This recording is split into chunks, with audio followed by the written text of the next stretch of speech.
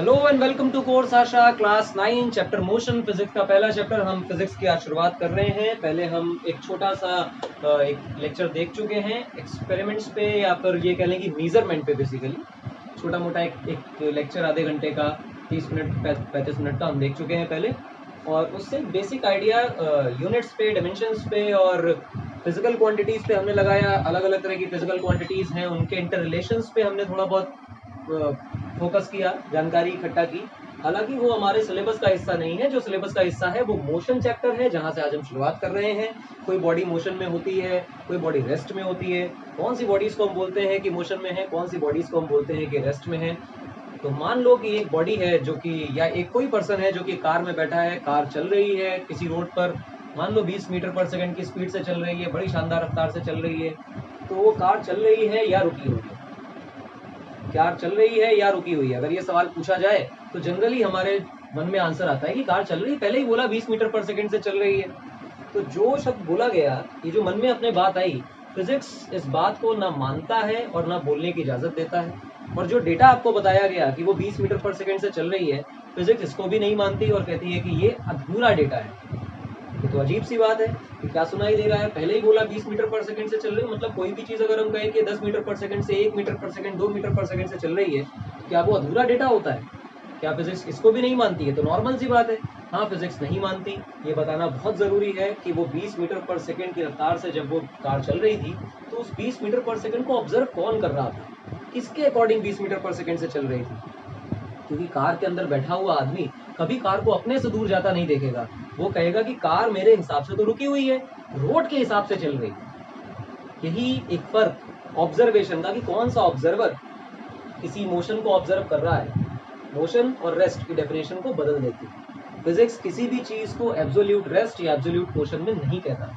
Physics के हिसाब से जो कुछ भी होता है वो सारा का सारा रिलेटिव है with respect to some observer है। आइंस्टीन की रिलेटिविटी की थ्योरी भी इसी पे बेस्ड है कि सब कुछ किसी ना किसी ऑब्जर्वर पे बेस्ड है, कुछ भी एब्सोल्यूट नहीं है, सब कुछ रिलेटिव है। तो शुरुआत करते हैं मोशन की, कि मोशन क्या होता है। आइए,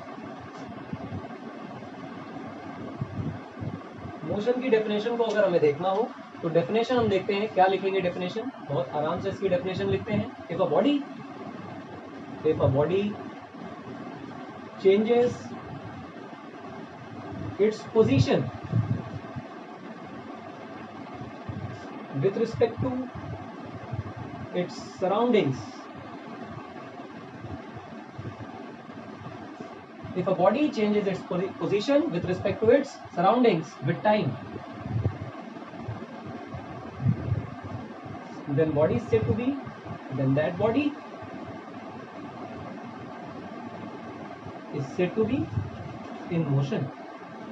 मतलब अगर कोई बॉडी अपने सराउंडिंग्स के अकॉर्डिंग, अपने आसपास के ऑब्जर्वर्स के अकॉर्डिंग, अपनी आसपास की चीजों के अकॉर्डिंग समय के साथ अपनी पोजीशन चेंज कर रही है, ये टर्म इंपॉर्टेंट है। पोजीशन, अपनी पोजीशन चेंज कर रही है with respect to its surroundings. Surrounding word important है। अपने सराउंडिंग के रिस्पेक्ट में अगर अपनी पोजीशन चेंज कर रही है तो हम कहेंगे कि वो मोशन में है, और अगर नहीं कर रही है तो वाइस वर्सा हम कहेंगे कि वो बॉडी रेस्ट में है। तो रेस्ट की डेफिनेशन नहीं लिखते हैं। If a body doesn't change its position with respect to surrounding with time, the body is said to be in rest.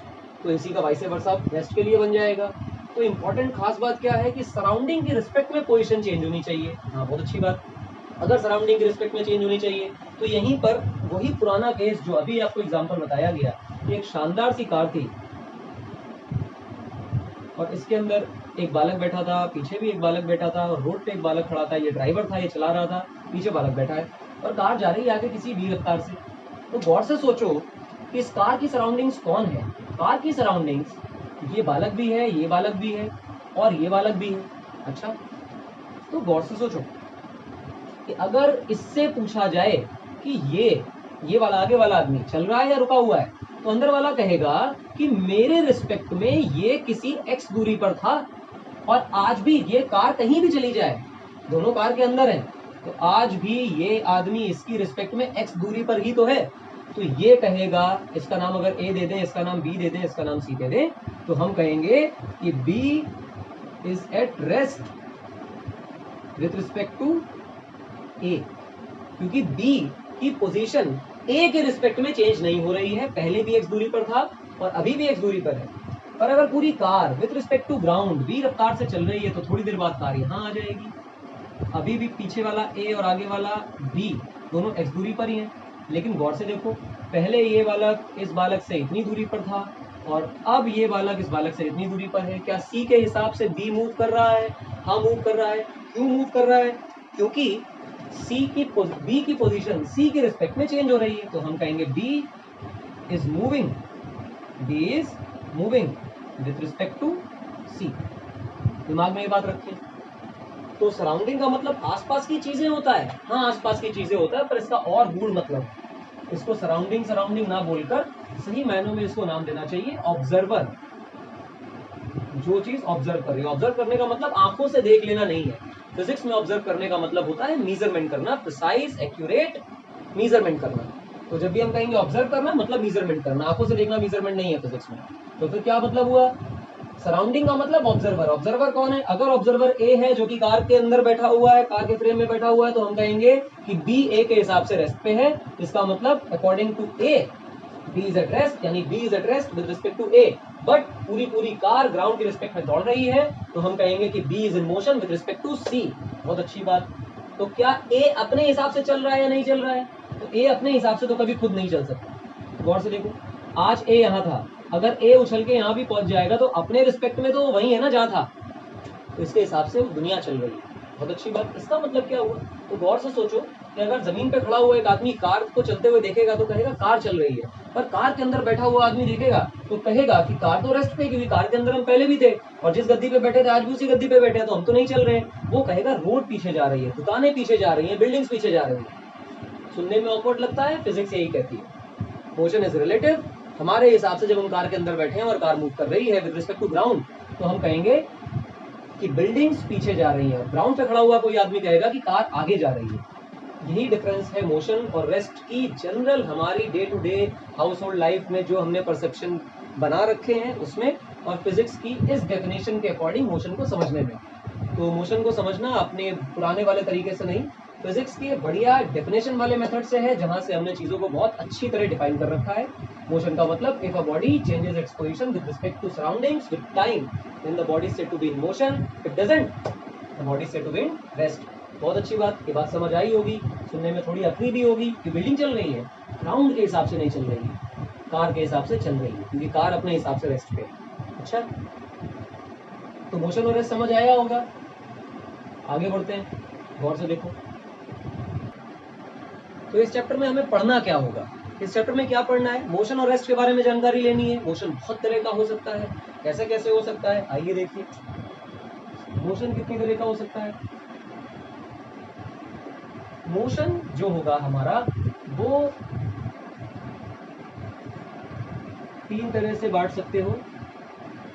एक तो हम ये बॉडी को कह सकते हैं कि बॉडी रेस्ट पे है, मतलब मोशन नहीं कर रही है with respect to some observer. अच्छा, एक ये हो सकता है कि उसकी वेलोसिटी कांस्टेंट हो जाए। अभी समझाएंगे वेलोसिटी कांस्टेंट क्या होती है, उसको बोलते हैं यूनिफॉर्म मोशन।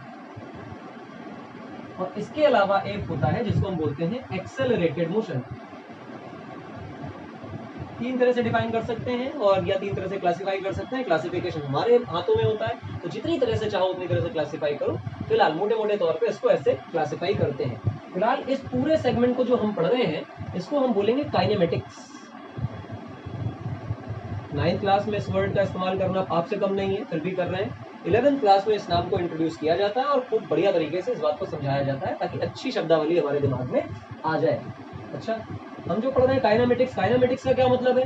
काइनेमेटिक्स का मतलब होता है कि मोशन के बारे में स्टडी करना, मोशन को स्टडी करना, किसी भी बॉडी के मोशन को स्टडी करना विदाउट नोइंग या without bothering about the cause of motion. Motion क्यों हुआ? कोई बॉडी तेज चल रही थी, फिर धीमे हुई, धीमे चल रही थी, तेज हुई, रुकी हुई थी, चलने लगी, चल रही थी, रुक गई, एक्सेलरेशन आया, वेलोसिटी ये हो गई, स्ट्रेट लाइन में चल रही थी, कर्व पाथ में चल रही थी, सर्कुलर मोशन कर रही थी। जो कुछ कर रहा था वो पढ़ना है, पर क्यों कर रहा था ये नहीं पढ़ना। मोशन की स्टडी करनी है, चिंता नहीं करनी कि मोशन क्यों हो रहा है। तो सेगमेंट को हम बोलते हैं काइनेमेटिक्स, और वही हमारा अभी ये चैप्टर कह रहा है। इस चैप्टर में सब क्या क्या पढ़ना है, मोशन वाले चैप्टर में जो हमारे पास आया है जैसे मोशन से रिलेटेड कुछ फिजिकल क्वांटिटीज हैं, जिन क्वांटिटीज के बारे में अगर हम जानकारी ले लें, पढ़ लिख लें अच्छी तरह, उसकी ज्ञान अर्जित कर लें, तो एक भव्य दर्शन होते हैं किसके? मोशन के। बढ़िया सुंदर अच्छे सजीले रूप में मोशन दिखाई देगा। कौन कौन सी फिजिकल क्वांटिटीज हैं वो जिनको पढ़ने पर हमें मोशन अच्छी तरह समझ आ जाएगा? तो सबसे पहले तो हमें पढ़ना चाहिए डिस्टेंस, फिर हमें पढ़ना चाहिए डिस्प्लेसमेंट, फिर हमें पढ़ना चाहिए, ध्यान रखें, डिस्टेंस डिस्प्लेसमेंट, फिर हमें पढ़ना चाहिए स्पीड, फिर पढ़ना चाहिए वेलोसिटी, फिर पढ़ना चाहिए एक्सेलरेशन।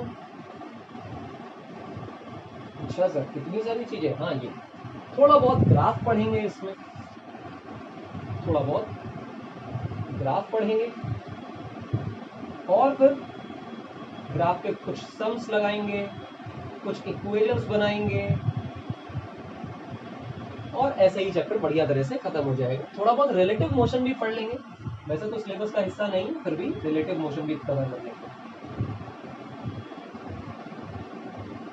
रिलेटिव मोशन कवर कर लेंगे। खैर कोई बात नहीं, अच्छी बात है। Distance displacement speed velocity acceleration graphs sums equations, graph के सम्स इक्वेशन के सम्स, और उसके बाद रिलेटिव मोशन काइनेमेटिक्स की इक्वेशन, ये सब पढ़ना है। फिलहाल ऊपर की जो 4 बढ़िया बातें लिखी हैं, इसमें अगर हमें टाइम भी ऐड कर ले तो ये जो वेरिएबल्स लिखे हुए हैं या ये जो फिजिकल क्वांटिटीज लिखी हैं, इनको हम लोग बोलते हैं काइनेमेटिक वेरिएबल्स या काइनेमेटिक फिजिकल क्वांटिटीज। इसलिए क्योंकि इनकी जानकारी अगर हमें हो जाए, इनका इंटर रिलेशन, इनकी इंटरडिपेंडेंसी अगर पता चल जाए, तो किसी भी बॉडी के मोशन की संपूर्ण जानकारी हमें पता चल जाती है। बहुत बढ़िया। अच्छा, तो मतलब इनके बारे में बहुत अच्छी तरह जानना है। हाँ, जानना है। 9 क्लास में आने पर अभी इस उम्र में, इस समय के बारे में अधिक बोलना सेहत के लिए हानिकारक होगा।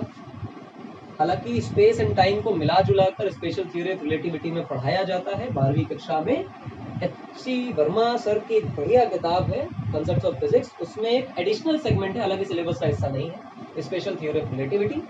उसमें स्पेस एंड टाइम की कनेक्टिविटी, इंटर रिलेशन को बहुत अच्छी तरह समझाया गया है, परंतु वो 12वीं तक के कोर्स में नहीं है। तो 9वीं कक्षा में तो आकर टाइम के बारे में चर्चा करना कि टाइम क्या होता है, ये आपका पेट खराब करने जैसा है। तो टाइम पे डिस्कशन ना करके बाकी सब पे करते हैं। टाइम टाइम है, सिर्फ फॉरवर्ड डायरेक्शन में बहेगा, मतलब टाइम आगे ही बढ़ेगा, बीतता चला जाएगा, बैकवर्ड नहीं जा सकते, पास्ट में नहीं जा सकते। इतनी बात आपको पता होनी चाहिए बस।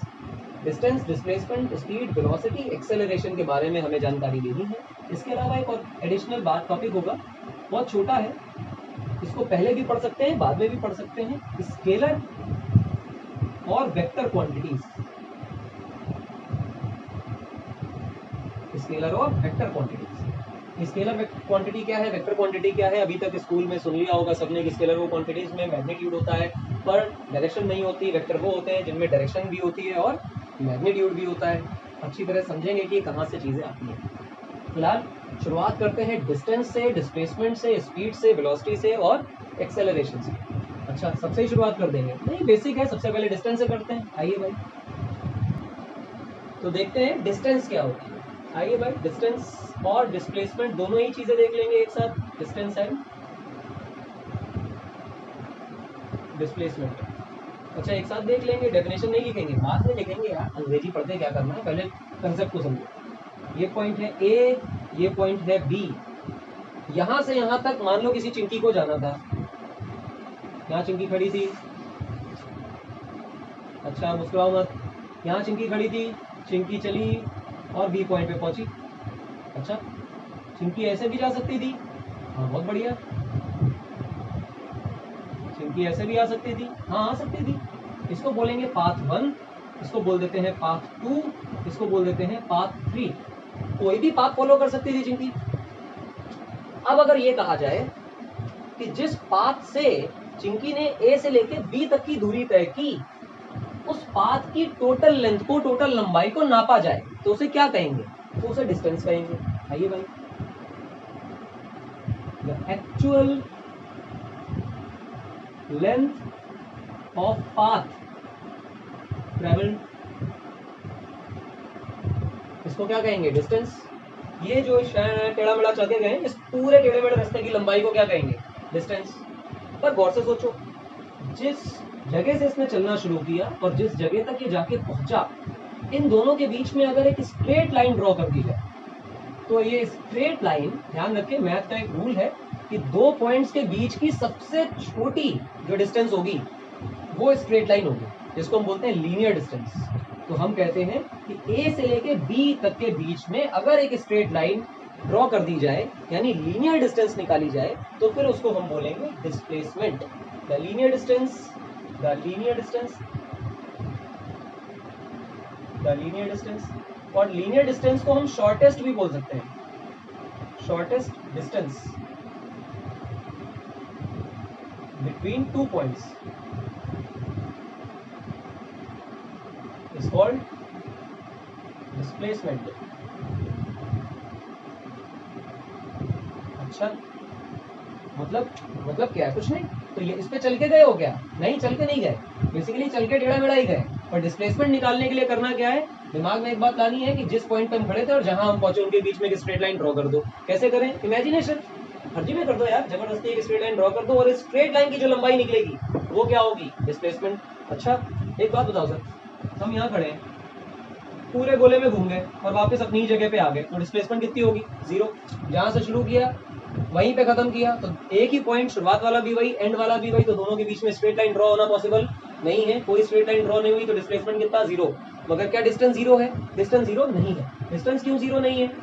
डिस्टेंस 0 इसलिए नहीं है क्योंकि भाई साहब रास्ता तो चल के गए थे ना, तो रास्ते की लंबाई को क्या कह रहे हैं? डिस्टेंस। इस बात को बहुत अच्छी तरह दिमाग में रखें। अच्छा, इसका मतलब रास्ता लंबा होगा। हाँ, अच्छा एक चीज सोचो, दो पॉइंट्स के बीच की जो शॉर्टेस्ट डिस्टेंस है वो क्या है? Straight line. इसका मतलब अगर कर्व में भागेंगे तो पक्का वो डिस्टेंस बड़ी हो जाएगी। हाँ, हो जाएगी। इसका मतलब डिस्टेंस हमेशा बड़ी होगी डिस्प्लेसमेंट से? नहीं कह सकते। क्यों? मान लो हमारी चिंकी सीधा ही चल के चली गई हो स्ट्रेट लाइन पे, तो अगर स्ट्रेट लाइन पे चलेगी तो डिस्टेंस डिस्प्लेसमेंट बराबर हो जाएंगे, अगर नहीं चलेगी तो डिस्टेंस हमेशा बड़ी होगी। तो यहाँ से एक नई बात निकल के आती है क्या? कि डिस्टेंस इज ऑलवेज ग्रेटर और equal to displacement. Distance is always equal और ग्रेटर देन डिस्प्लेसमेंट। दिमाग में ये बात रखनी चाहिए। अच्छा, बहुत अच्छी बात। अब सोचो, ये कहा जाता है, इसी में एक चीज इंट्रोड्यूस कर देते हैं, स्केलर क्वांटिटी और वेक्टर क्वांटिटी। बचपन में भी सुना होगा, नहीं सुना है तो सुन लो। स्केलर क्वांटिटी वो क्वांटिटी होती है जिनको डिफाइन करने के लिए सिर्फ मैग्नीट्यूड की जरूरत होती है, उनकी वैल्यू बताओ, काम खत्म, और किसी डायरेक्शन की जरूरत नहीं होती। अच्छा, और वेक्टर क्वांटिटीज वो क्वांटिटीज होती हैं जिनमें मैग्नीट्यूड तो चाहिए ही चाहिए और डायरेक्शन भी चाहिए। मतलब डायरेक्शन और मैग्नीट्यूड दोनों होंगे तब तो हम कहेंगे कि वो वेक्टर क्वांटिटी है, और सिर्फ अगर डायरेक्शन मैग्नीट्यूड है डायरेक्शन नहीं है तो हम कहेंगे स्केलर क्वांटिटी। अच्छा, बहुत बढ़िया। जैसे टाइम को ले लो, अब समय किसी दिशा में तो नहीं होता है, 2 सेकंड हो गए बोले हुए, तो 2 सेकंड ईस्ट में और 3 सेकंड वेस्ट में ऐसा नहीं होता, तो डायरेक्शन पे डिपेंड नहीं करता। ये कहाँ चला आएगा? स्केलर में। बहुत अच्छी बात। पर गौर से सोचो, तो अगर कहा जाए कि ये कोई ओरिजिन है, यहाँ पर हम बैठे ऑब्जर्व कर रहे हैं और यहाँ पर कोई कप रखा हुआ है किसी प्लेट के ऊपर बढ़िया सा, और यहाँ हम ओरिजिन पे बैठे हुए हैं और किसी ने हमसे कहा कि 2 मीटर की दूरी पर कप रखा हुआ है, तो 2 मीटर की दूरी पर कप रखा है तो क्या हम जरूरी है यहीं देखें? यहाँ भी 2 मीटर देख सकते हैं, यहाँ भी 2 मीटर देख सकते हैं, यहाँ भी 2 मीटर देख सकते हैं, यहाँ भी देख सकते हैं, यहाँ भी, यहाँ भी, यहाँ भी, यहाँ भी, यहाँ भी, यहाँ भी। क्या इन सब ब्लैक वाले लाइन्स में मिलेगा? नहीं मिलेगा, सिर्फ ब्लू वाली लाइन पे मिलेगा। तो बेसिकली इस कप की position with respect to our origin fix है। अगर पोजीशन बतानी है किसी ऑब्जर्वर की रिस्पेक्ट में तो वो पोजीशन की डायरेक्शन भी बतानी जरूरी है कि भैया इस तरफ देखो, तब तो मिलेगा वरना नहीं मिलेगा। इसका क्या मतलब हुआ कि अगर पोजीशन लिख रहे हो तो वो वेक्टर हो जाएगा, स्केलर नहीं रहेगा, उसमें डायरेक्शन बताने की जरूरत पड़ जाएगी। अच्छा, ये फिजिकल क्वांटिटीज है भैया, समझना कि क्वांटिटीज को डिफाइन करने के लिए नए तरीके निकाल लिए।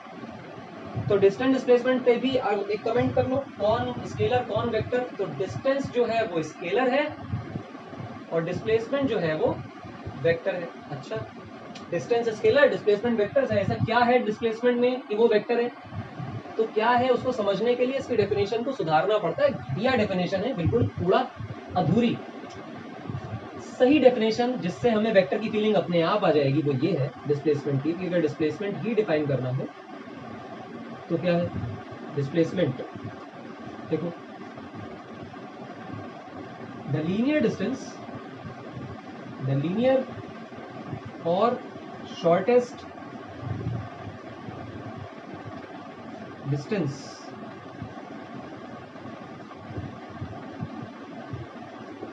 between initial and final position of particle या body, जो भी लिखना चाहो, is called displacement. अच्छा, इसमें क्या चमत्कार बता दिया आपने? चमत्कार ये इनिशियल एंड फाइनल पोजीशन. अच्छा देखो क्या है इसमें, लीनियर शॉर्टेस्ट तो वही जो पुरानी डेफिनेशन थी. इनिशियल और फाइनल पोजीशन क्या है? देखो, ये ए और ये बी. मान लो कहा जाए कि पार्टिकल की इनिशियल पोजीशन ए थी और फाइनल पोजीशन बी है, तो पक्का जब आप शॉर्टर डिस्टेंस बनाओगे तो इनिशियल ये, फाइनल ये, मतलब पार्टिकल यहाँ से गया, यहाँ गया होगा, तय कर दिया. डिस्टेंस की डेफिनेशन में इस बात को तय करने की जरूरत ही नहीं थी कि हम गए कहाँ. डिस्टेंस डील करता है सिर्फ इस बात पे कि हमें ये बता दो कि कितनी दूरी चली गई, लेंथ बता दो, बात खत्म. लेंथ फंडामेंटल क्वांटिटी है स्केलर, उसमें डायरेक्शन की कोई नीड नहीं. अच्छा, डिस्टेंस सिर्फ इस बात से डील करता है कि पाथ की लेंथ बता दो. हाँ, डिस्टेंस सिर्फ कितने से डील करता है.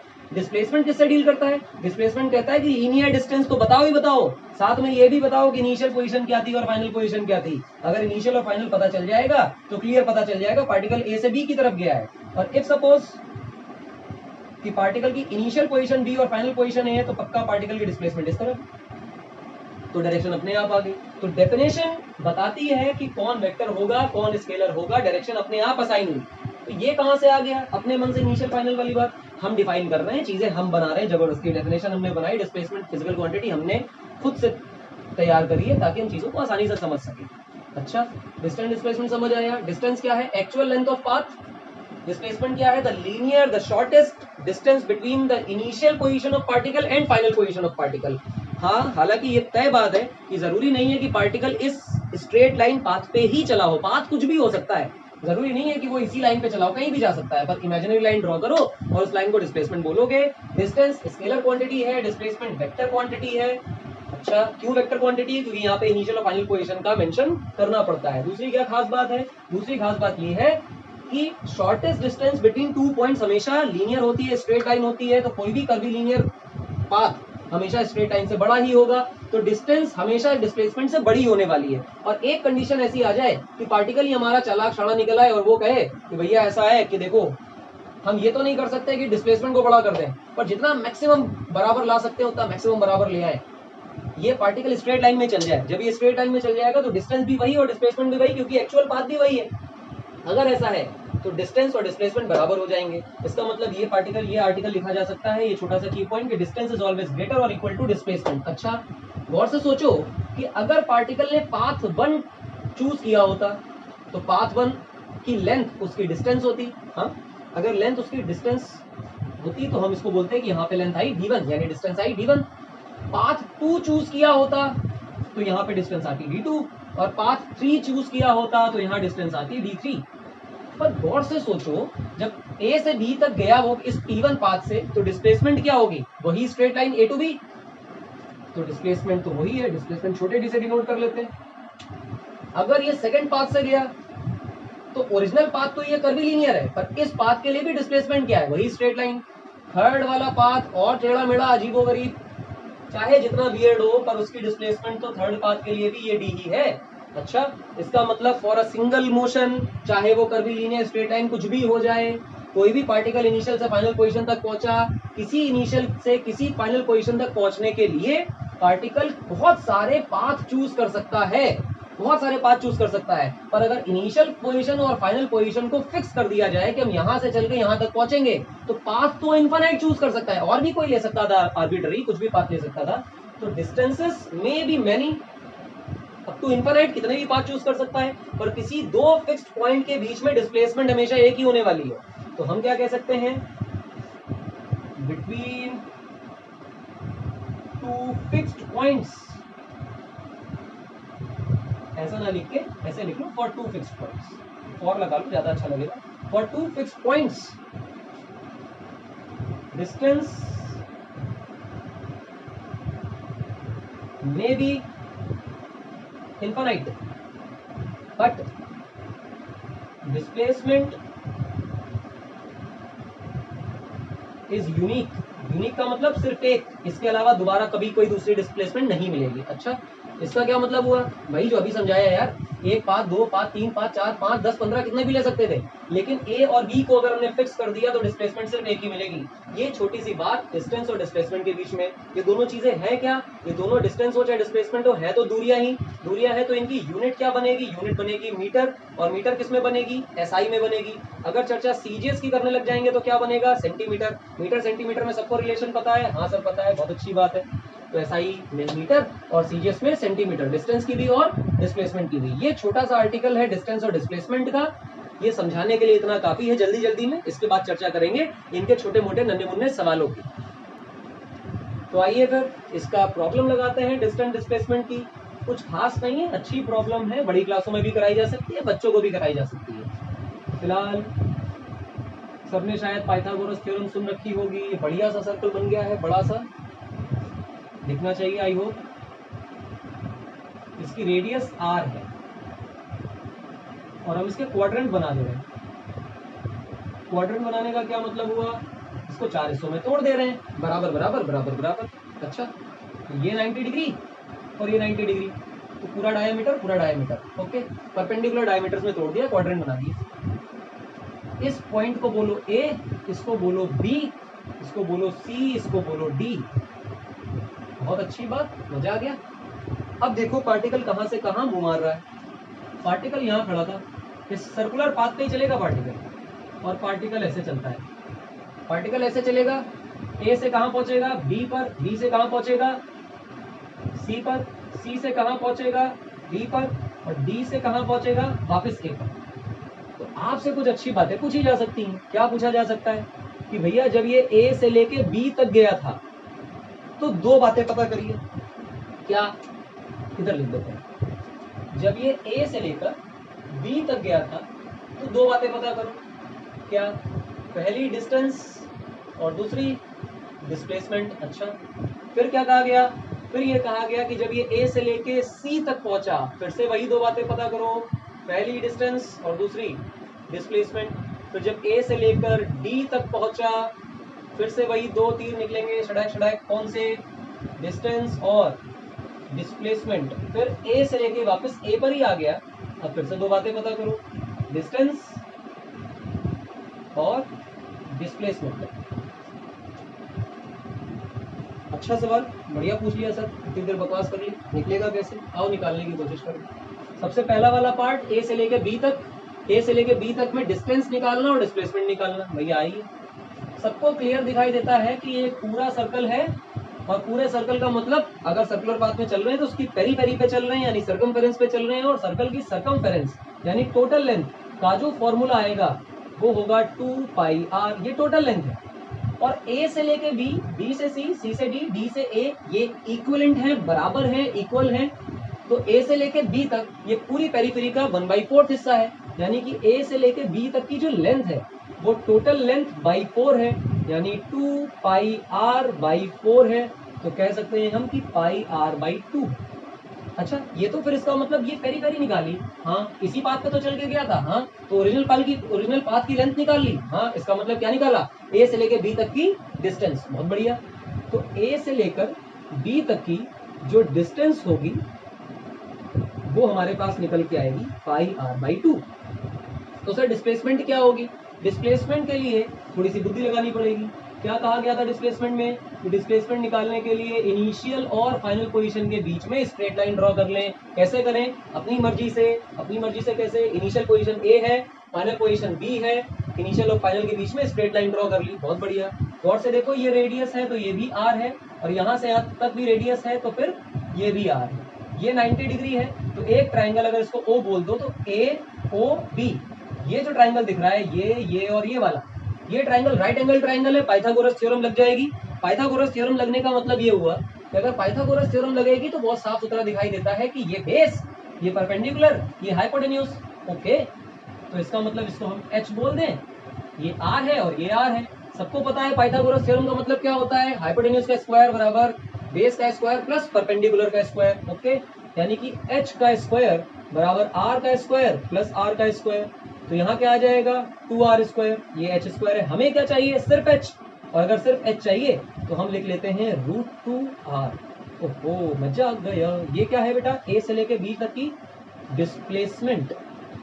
हमने a से लेके b तक के बीच की डिस्टेंस भी निकाल ली और डिस्प्लेसमेंट भी निकाल ली, बहुत बढ़िया। अब हमारा पार्टिकल कहाँ पहुंच गया, b से निकल के c पर। ध्यान रखो डिस्टेंस डिस्प्लेसमेंट a से लेके b तक की निकाल ली हमने। अच्छा अब कहाँ पहुंचे, c पर। अब अगर हम c पर पहुंचे हैं तो c के लिए भी चर्चा कर लेते हैं। आओ भाई चर्चा करें, क्या करते हैं देखो।